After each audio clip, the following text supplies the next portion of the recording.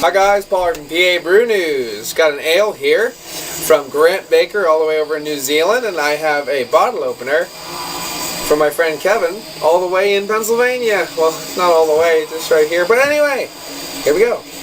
Maiden voyage for me for the bottle opener. 8 Wired Double Coffee Brown Ale 4C. 8% alcohol by volume from New Zealand, of course. Let's see, brewed and bottled by Wired Brewing Company, Blenheim, Marlborough, New Zealand. 8wired.co.nz. Info at 8wired.co.nz. Product in New Zealand. So there you go. And of course, brought over by the great Shelton brothers of Massachusetts. So here we go. Let's see how this thing works. Oh, would you like that? No damage whatsoever. Worked amazingly well. Cheers, Kevin. And cheers to you, Grant. Here we go. This is pretty much room temperature. It's not very cold. It's actually upstairs. I just popped it in the refrigerator just for a little bit and brought it down here. So let's see what we got. Just looking through the light, it's got nice, nice like coppery red hues coming through it. Actually, very clear. It seems like it's been filtered pretty well. Slightly off-white head, getting kind of small. 8% alcohol by volume. Sometimes heads really don't stick around at that ABV. All in all, looks definitely nice. Definitely nice. Let's get a smell. Oh crap! I'm definitely picking up some of that brown sugar, coffee, and chocolate. And then a little bit of sweet milk chocolate mixing in with a nice, it's not super roasty coffee. It's kind of just like that medium breakfast kind of a coffee tone. But it's a nice coffee, soft chocolate. I am getting that kind of burnt caramel, brown sugar note. Toasty grains. A nice kind of earthy, nutty, almondy kind of a hop kind of character, that nice earthiness. Not getting any kind of crazy fruits or anything like that, but I am getting a lovely nutty kind of quality. Those burnt notes, toasted caramels.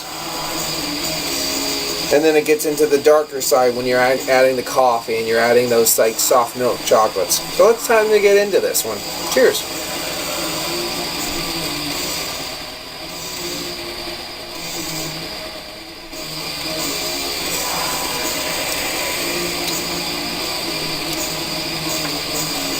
Not overbearingly sweet,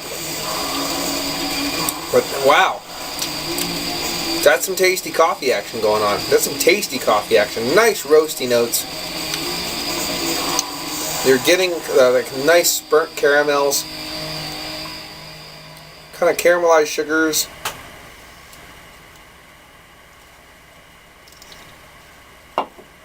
You're really getting that kind of almondy, walnutty, kind of husky nut. Roasted nut. It almost wants to get sweet, but then it just kind of plays on this kind of roasted quality all the way down. It finishes with a lovely coffee bitterness, earthy bitterness.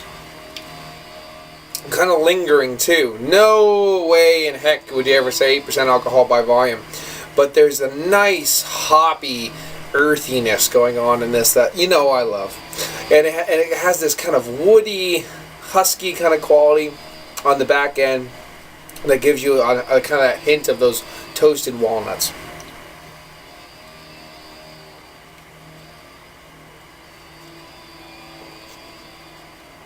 Not super complicated and not super hoppy as far as crazy hops, but for a brown ale, it's immaculate because it is everything a brown ale should be, kicked up to the next level.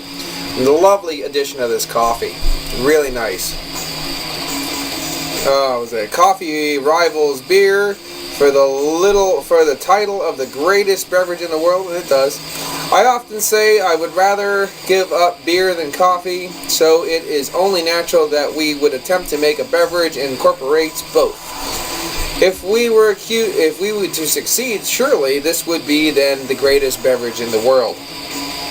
After years of research and trial in the garage, I have come up with that, and I think this is the perfect marriage of the coffee and beer. A hoppy double coffee brown ale that complements both of the roasty and fruity aspects of coffee, without putting too much of a fight.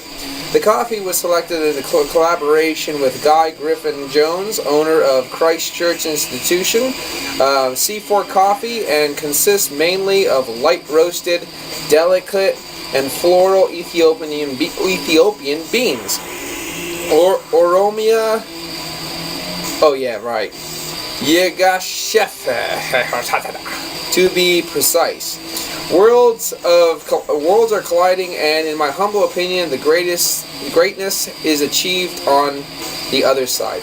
And this is from Soren Elkson, brewer. And honestly, I agree with him 100%, except for the fact that I'm not really getting fruity qualities. I don't really know what he means by fruity qualities, but I am getting a lot of nice qualities. This is really tasty.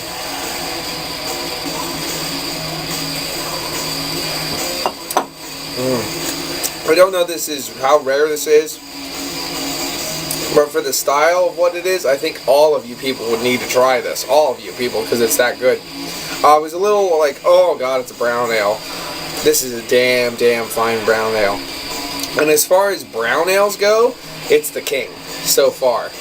Probably pretty much the king from what I've had. I'm going to give it a 10. I'm going to go right up there and give it a 10, because you can't say something's the best you've ever had and then give it like a 9.5, can you? Really? Because this is really robust and big and bold. And it says, as it says, the coffee I'm getting is not super dark. It's delicate, it's light roasted, and it really livens up the whole brew. I'd like to say thank you to Grant Baker once again. It's been Paul from PA Brew News. 8 Wires, double coffee, brown ale. Cheers.